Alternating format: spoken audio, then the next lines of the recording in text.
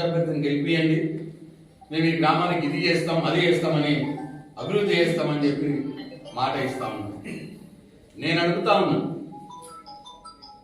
Congress party నాయకులు, 2 సంవత్సరాలు అయింది కదా మీరు అధికారంలోకి వచ్చి, మరి 2 సంవత్సరాల్లో ఏ గ్రామంలో ఎంత అభివృద్ధి చేసిండ్రు? 2 సంవత్సరాలు ఒక్క అభివృద్ధి పని కూడా చేయని మీరు రాబోయే 2-3 సంవత్సరాల్లో చేస్తామంటే ఎవరు నమ్ముతారు?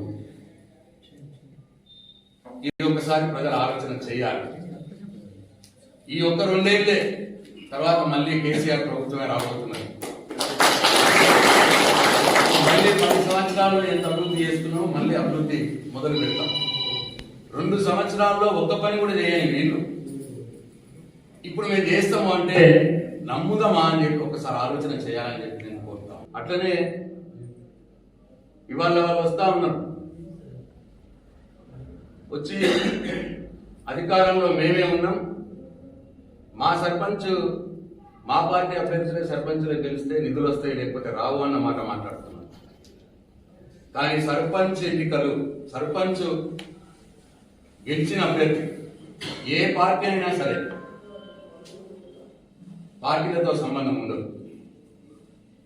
ఆ సర్పంచ్కు ఆ గ్రామ పంచాయతీకి ఏ పార్టీ వాడైనా సరే డైరెక్ట్ గా కేంద్ర ప్రభుత్వం 15th ఫైనాన్స్ నుంచి, డైరెక్ట్ గా రాష్ట్ర ప్రభుత్వం 14th ఫైనాన్స్ నుంచి నిధులు డైరెక్ట్ గా గ్రామ పంచాయతీకే వస్తాయి.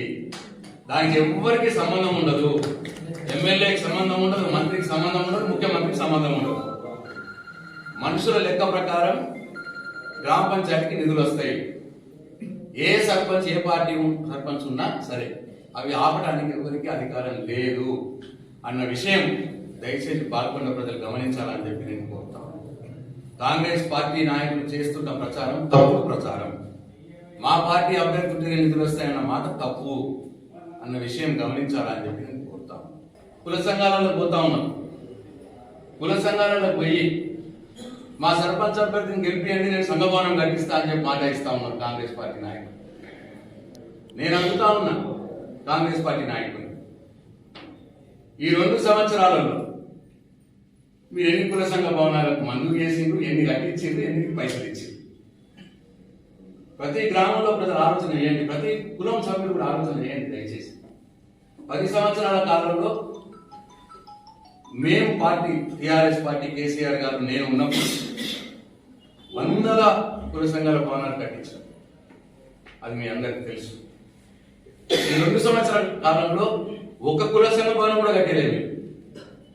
పైగా నేనున్నప్పుడు కట్టించిన కుల సంఘాల భవనాలకి ఈ ప్రభుత్వం బిల్లులు కూడా ఇస్తలేదు, డబ్బులు కూడా ఇస్తలేదు కట్టించిన దానికి. ఇంకా ఒకటి, నేను మంత్రిగా ఉన్నప్పుడు మంజూరు చేసినటువంటి కుల సంఘ భవనాలని ఎలక్షన్ల కంటే మొదలు మంజూరు చేస్తే కట్టుకోవడానికి కొద్దిగా టైం లేక పాపం వాళ్ళు కట్టుకోలేకపోతే అవన్నిటిని కూడా వీళ్ళు క్యాన్సిల్ చేసారు. నేను మంజూరు చేసిన వీటిని క్యాన్సిల్ చేసిర్రు. ఈ 2 సంవత్సరాల కాలంలో నేను 10 సార్లు అడిగిన, నేను మంజూరు చేసిన క్యాన్సిల్ చేయకుండా ప్రభుత్వం మంజూరు చేసినాయి. కాబట్టి మీరు మళ్ళీ అవి క్యాన్సిల్ చేయకూడదు, ఒక క్యాన్సిల్ చేసి ఉంటే రిన్యువల్ చేయండి అని చెప్పి అడిగిన. ఈ 2 సంవత్సరాల కాలంలో ఒక కుల సంఘ భవనం కూడా రిన్యువల్ చేయలేదు. అంటే వీళ్ళు చేసింది ఏదన్నట్టు 2 సంవత్సరాల కాలం ఇప్పుడు చేస్తామంటే ఎట్లా నమ్ముదామో అని చెప్పి పాల్గొన్న ప్రజలు ఆలోచన చేయాలని చెప్పి నేను కోరుతాను. Local to global news at your fingertips. మీ చేతిలో ఒక ఆయుధం. Download Raw TV app.